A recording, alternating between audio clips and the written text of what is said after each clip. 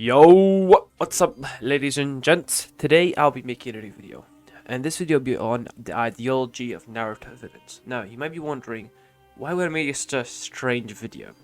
Well, because I personally believe that most people don't understand the ideologies behind Naruto villains and how they're not like what they seem. They're deeper. There's a deeper meaning. So yeah, you might be thinking this video is still stupid, but let me explain. In this series, the villains on multiple occasions have shown that they aren't really villains. Let me explain. They can obviously be redeemed as well. Now, you might think this makes no sense. They've done horrible stuff, but why have they done this horrible stuff? Some have did it because of certain circumstances, right? And others have done it because they thought they were in the right. What they were doing is the right thing. A classic example is Itachi, who joined the Katsuki to spy on them and eventually stopped them. Now, obviously, we knew that Itachi obviously was doing good because he slaughtered the clan because of the coup d'etat, but he's still technically a villain. And obviously, what he did in the Katsuki was he killed innocent people, capturing the Jinchurikis. But he had to do that, to keep his identity as the evil Itachi who killed his clan. Another example is Kisame, who joined the Katsuki because he believed that what they were doing was going to bring peace to the world. As in all his life, he couldn't, love. He couldn't bring peace, to his village, and there's even a filler scene where where Kisame has this woman where he loves, but he at the end has to kill her because it's the code of the shinobi that he had to kill the woman because when she was captured, the intelligence that the woman had would have obviously been shown to the leaf, and I'm pretty sure you guys have seen that filler. I think it's a filler episode. I'm not 100% sure, but yeah. So yeah, Kisame kind of wanted and I think he believed in the Tsukiyomi as well. Now, finally, I'll be talking about Madara. Now, you may be wondering, well, yeah, we understand Madara and Zetsu and everything, but think about it.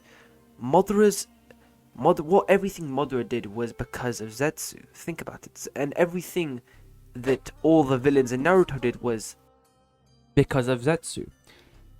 Think about it. Zetsu encouraged all the Osho reincarnations. Currently, we only know of 4 of the Osho reincarnations, being the first being Madara and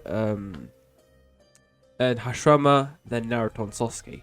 Now, it's never been shown or stated that there's been other Osho reincarnations, but it's been stated that for a very long time,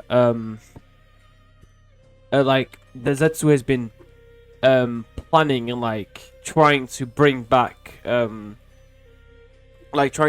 Kaguya, and it's been also stated that for a very long time he tried to get someone to awaken the Rinnegan, being either the reincarnation of Ashura or Indra. Now, obviously these he always did this to bring back Kaguya, which this was an evil. And if you think about it, Black Zetsu in the end of the story, he was portrayed as someone evil because all his one goal was to bring back Kaguya. He didn't care about peace. He didn't care about how people felt. Because if you think about it, most of the villains had feelings. Look at Sasori. He had great feelings towards his grandma. He held back against Sakura and Sakura and Chio because obviously he held back because Chio was there. But if Sakura was alone, he would have smacked her. But that's not the point. I'm just saying, it's like, I don't get it, that people think that they are truly evil, because Zetsu just started everything. Everything is because of Zetsu. Everything has aligned to being Zetsu.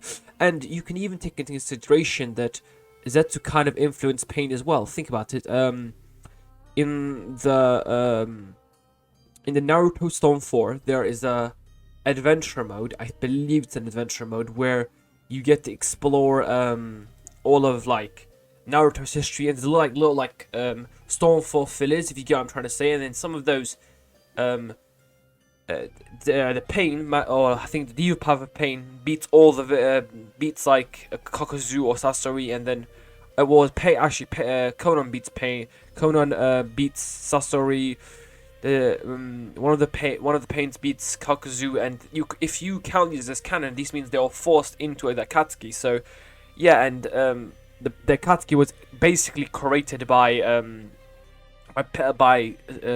Zetsu, who had a massive plan, and he's the true evil of Naruto.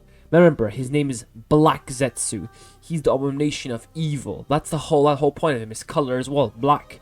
In human history, it's been shown to the color black, or the word black, and the word dark has always been associated with evil. Example: Star Wars. What is evil in Star Wars? The dark side. You get what I'm trying to say? In every series you see, all the darkness and evil is associated with evil. You know what I mean? All black and darkness.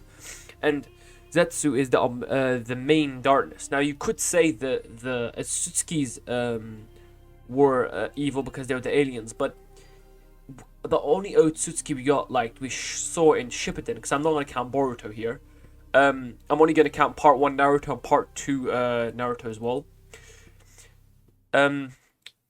Kogia was good in general as well. She had a bit of goodness as well, but Zetsu was just the main evil of Naruto.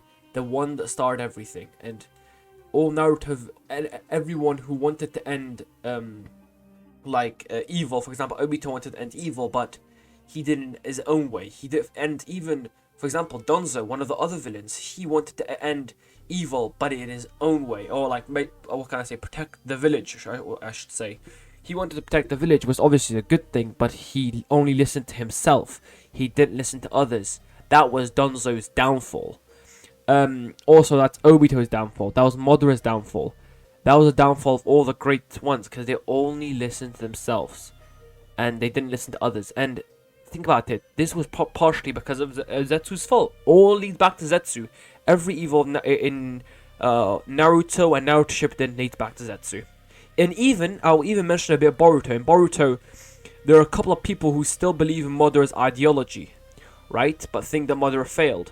And a lot of people, only like higher ups, know about the Kogia, the made Zetsu, and Zetsu started and basically influenced Madara. No one knows. That was the mistake.